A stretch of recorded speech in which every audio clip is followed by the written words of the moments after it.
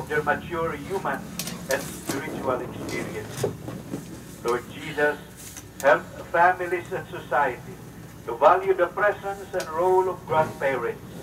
May they never be ignored or excluded, but always encounter respect and love. Help them to live serenely and to feel welcome in all the years of life which you give them. Mary, Mother of all the living, keep grandparents constantly in your care. Accompany them on their earthly pilgrimage.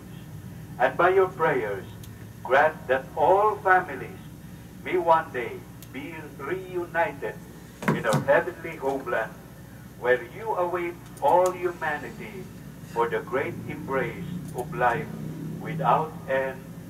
Amen. Puspon ko sa pagpahinumdum, bana sa paghangyo sa inyong mga pag-ampo alang na sa malagpokton nga National Assembly sa Pontifical Mission Societies, mga mission directors nato mapuhon taman sa 30 na diin uban ang atong bisita, si Cardinal Ampo o uban nga mga obispo, usap o mga kamadrihan. So, uban ka na, atong ka nang iuban sa atong pag-ampo. Ang Ginoo maana kaninyo.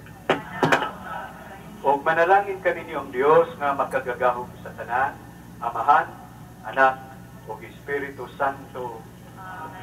Nahala na tong santos nga misa, atong puyan, ipambit ang gugmad kalinaw ni Kristo. Maayong bundag ka na.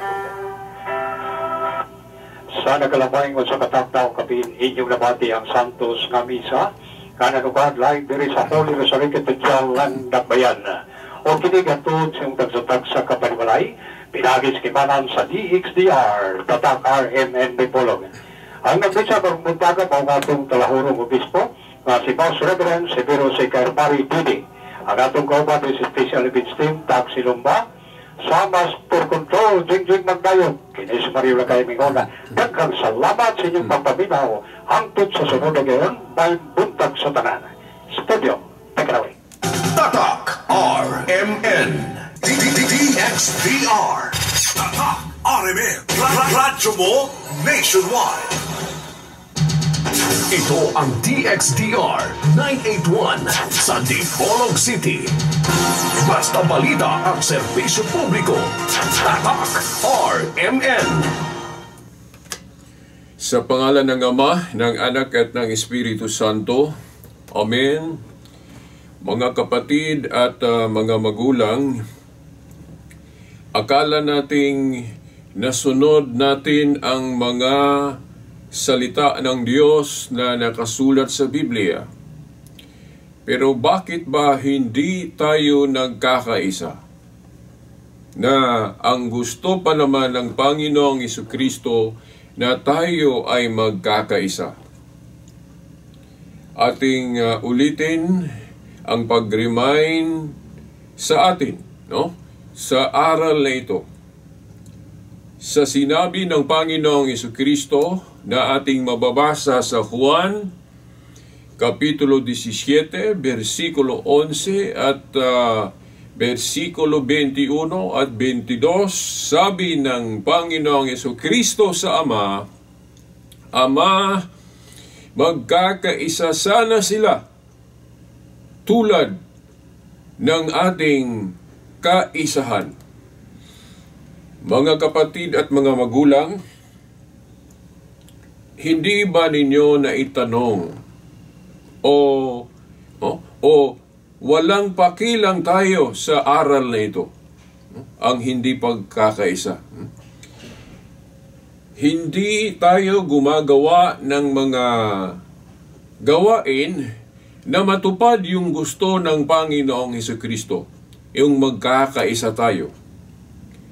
Now, sa aking pagbabasa ng Biblia, kung bakit hindi tayo nagkakaisa, dahil marami sa atin ang nag-aakala na nasunod ang mga salita ng Diyos na nasulat sa Biblia.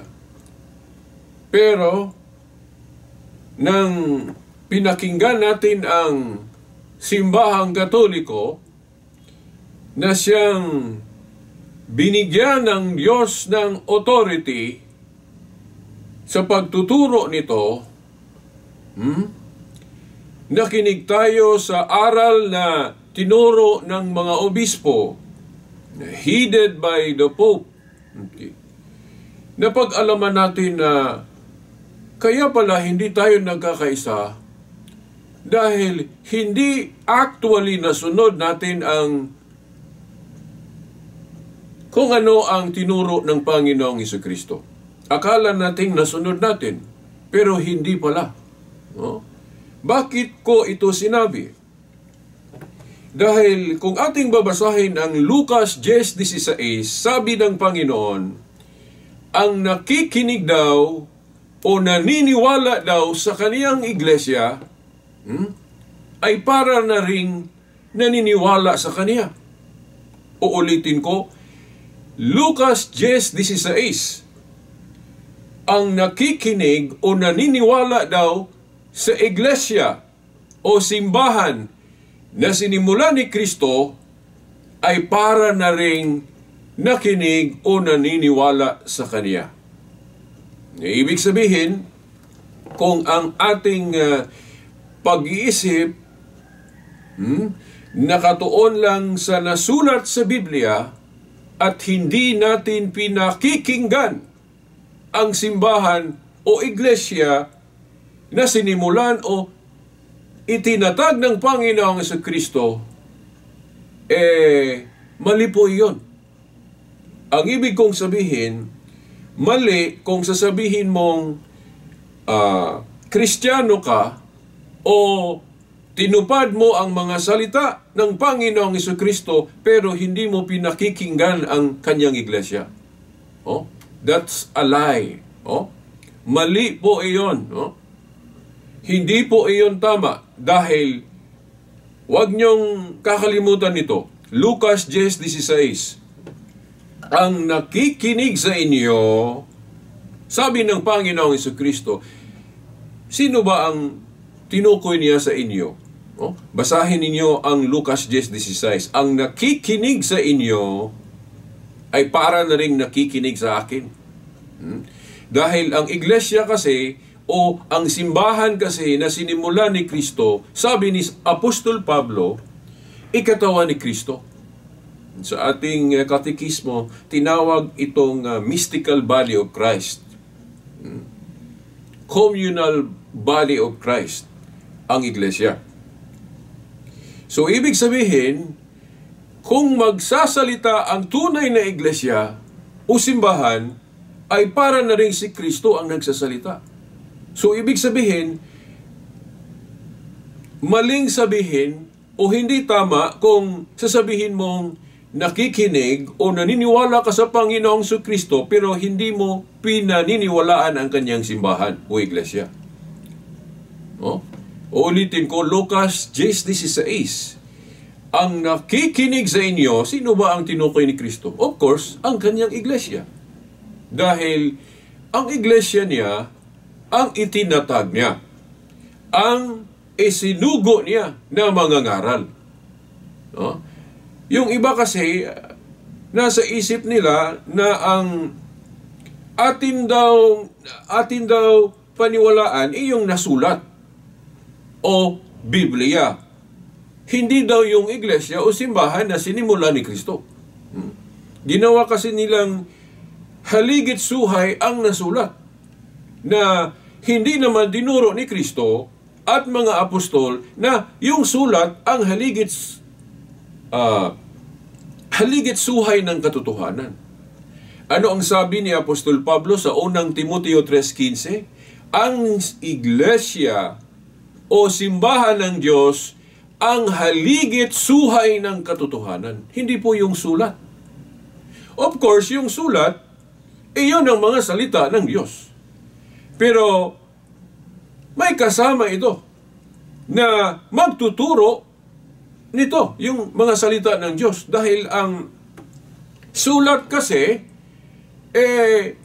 hindi po nag-interpret. Hindi po nagsasalita ang sulat. o nagdesisyon kung ano ang tamang pakahulugan o kung anong tamang unawa o kung anong tamang interpretasyon.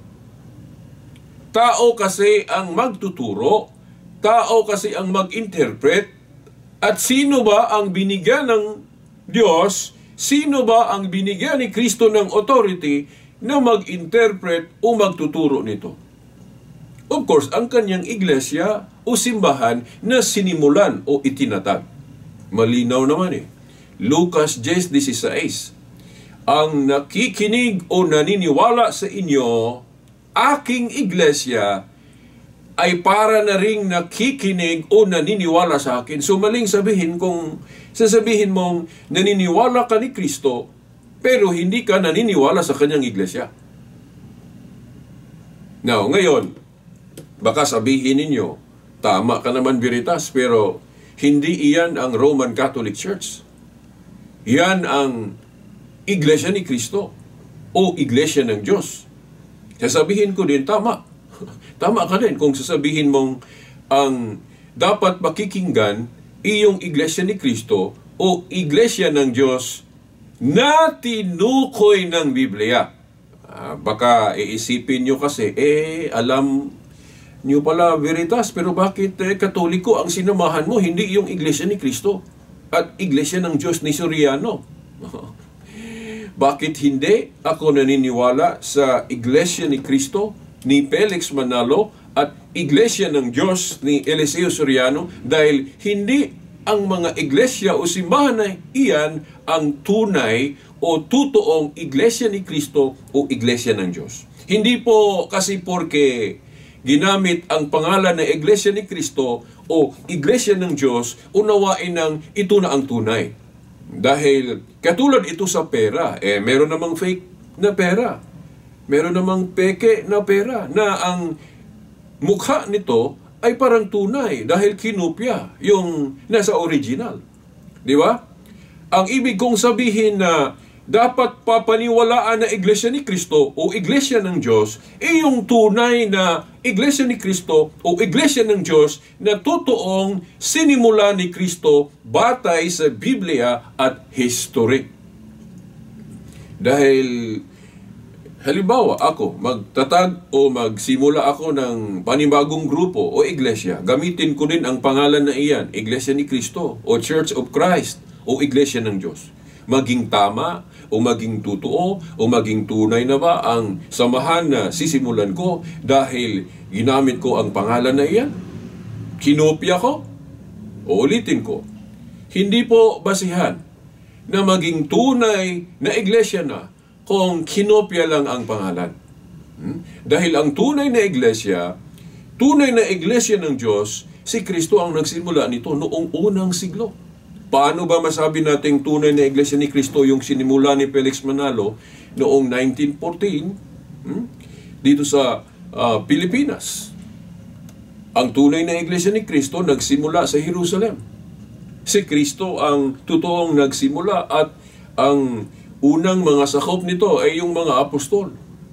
Kung babasahin natin ang record ng SEC, kung saan narehistro yung Iglesia ni Kristo na sinimula ni Felix Manalo, kitang-kita po natin ang record nito na hindi mga apostol ang kasama ni Felix Manalo sa pagsimula o pagtatag niya sa samahan niya na ginamit niya ang pangalan ni Kristo, Iglesia ni Kristo. So, ibig sabihin, yung tunay na Iglesia ni Kristo, iyon ang dapat nating pasakupan o paniwalaan. Hindi yung Iglesia ni Kristo na si Felix Manalo ang nagsimula. Baka sabihin ninyo, yun ba ang Roman Catholic Church Veritas? Ang tinukoy mong Iglesia ni Kristo? Now, kung babasahin natin ang history, iyon talaga. Inuulit-ulit na natin ito, na ang tunay na Iglesia ni Kristo, batay sa history, sa historical evidence, yun po ang Roman Catholic Church. Baka hindi nyo alam. Baka itanong ninyo, saan po sa Biblia Veritas mababasa iyan? Na ang tunay na Iglesia ni Kristo Roman Catholic Church. na kung yan ang tanong ninyo, masasabi kong misnomer ang tanong na iyan. Dahil batay kasi sa history, nagawa ang mga description na iyan, na-assemble iyan, ang mga description na iyan, noon lang First Vatican Council 1870. Dahil noon, sa panahon ng mga apostol, hindi pa na-assemble ng mga apostol ang mga description na iyan. Okay? Dahil huli na itong natawag na Roman Catholic Church. Dahil na-assemble ang mga description na iyan, noon lang First Vatican Council 1870. So, bakit hanapin mo sa Biblia ang katotohanan na iyan na sa panahon ng mga apostol, hindi pa iyan nabuo? Diba? Bakit itanong mo sa Biblia, bakit hanapin mo iyan sa Biblia na yung mga nangyayari sa Biblia, mga pangyayari panahon ng mga apostol, unang siglo pa iyon? So paano ba masulat sa Biblia ang mga description na Roman Catholic Church na sa panahong iyon hindi pa na-describe, hindi pa nabuo o na-assemble ang mga description na iyan sa panahon ng mga apostol? Dahil sa Biblia kasi, ang mababasa natin, letra por letra ng mga katawagan ng iglesia, yun lang, Iglesia ni Cristo, Iglesia ng Diyos, Iglesia ng mga hintil, dahil merong mga hintil ang napaniwala din, Iglesia sa Tesalonica, dahil may mga taga-Tesalonica namang napaniwala, Iglesia ng mga banal, sabi ni Apostol Pablo sa unang Korinto 14:33. Kung hanapin ninyo ang description Roman Catholic Church, uulitin ko, misnomer, o hindi po dapat itanong iyan. Dahil nabuo ang mga description na iyan, huli na. Noon lang First Vatican 1870. First Vatican Council. Dahil ito po kasi ang instruction ng Biblia sa Jeremias 31:21 na maglagay ng mga description o mga palatandaan. Ang mga apostol, hindi pa nila na-assemble ang mga description na iyan. Pero ang mga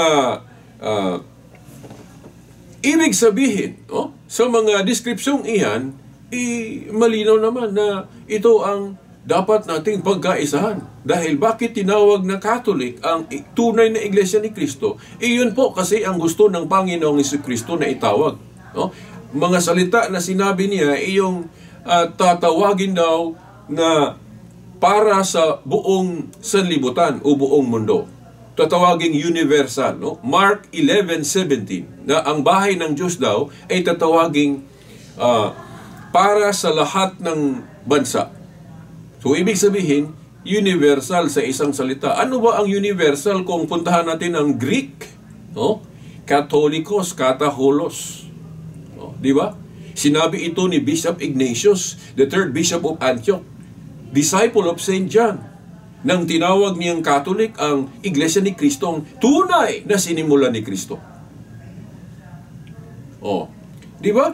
Catholic. At bakit apostolic? Dahil nagsimula ito sa panahon ng mga apostol. At bakit Roman? May historical evidence naman na tinawag ding Roman ang Iglesia ni Kristong tunay. Noong Council of Trent 1546. Dahil ang sentro ng Iglesia ni Cristo supposed to be Jerusalem. Pero pinahiwatig ni Cristo na ilipat ito sa ibang lugar. Sa Mateo 21:43, at malayo daw sa Jerusalem ang lugar na ito, buhat 239. At ang mga tao na namumuhay sa lugar na ito, lugar ito ng mga hintil. Buhat 22:21. At nilinaw ni Kristo kung ano ang pinahiwatig niyang lugar. Roma, sa Gawa 23:11, nang sinabihan ni Kristo si Pablo, nagpatutuo ka sa akin sa Jerusalem. Magpatutuo ka din sa akin sa Roma. Basahin niyo, Gawa 23:11. So, Roma ang tinukoy ni Kristo. Nalipatan sa sentro ng kanyang iglesia at natupad nga sa Roma. Kaya nga, sa Council of Trent 1546, isinama ang description na Roman. So, ibig sabihin, natawag ng Roman ang tunay na Iglesia ni Cristo. At hindi ito maging dalawang magkaibang iglesia. Dahil, uulitin ko, nang si Simon tinawag na Pedro, hindi po naging dalawang tao si Simon at Pedro, iisa lang. Nang si Saul tinawag na Pablo, hindi po naging dalawang tao si Saul at Pablo, iisa lang. Ako, uulitin ko din, Silbert ang pangalan ko. Tinawag din akong Bobby as my nickname. Tinawag din akong Veritas as my radio call. Naging tatlong tao ba ako dahil tinawag ako sa tatlong description na iyan? Hindi. Iisang tao lang ako. So ngayon, by that line of reasoning, by that premise, ang tunay na Iglesia ni Cristo, tinawag ding Roman noong Council of Trent, 1546. At inaasimbol ato sa First Vatican Council ang One Holy Catholic Apostolic Roman Church bilang description o palatandaan sa tunay na Iglesia ni Cristo. Ibig sabihin, iisang iglesia lang ito. Ito ang tunay na Iglesia ni Cristo, Roman Catholic Church, dahil natawag din sa mga description na iyan, base sa history, ang tunay na Iglesia ni Cristo. Hindi po yung sinimulan ni Felix Manalo at sinimulan ni Eliseo Soriano. Wala na po tayong oras, mga kapatid at mga bugulang. Ang dami pa sanang isupport natin ng mga paliwanag sa konklusyon o pahayag na ito. Pero wala na tayong oras. Kaya nga, inanyayahan ko kayo na magpatuloy pa rin, no, sa pakikinig, sa palatuntunang ito sa darating pang mga linggo. No? Dahil ang dami pa nating dapat malaman, no, sa mga paliwanag Katoliko na noon hindi ko ito nalaman, kaya nga muntik kong iniwanan ang Roman Catholic Church noon. Pero nang nalaman ko ang mga paliwanag Katoliko with evidences na dapat nating papaniwalaan, naging Catholic faith defender ako. So hanggang sa susunod na linggo, ito pa rin ang kapatid na Silbert ang magsasabi, sa ngalan ng Ama, ng Anak at ng Espiritu Santo. Amen.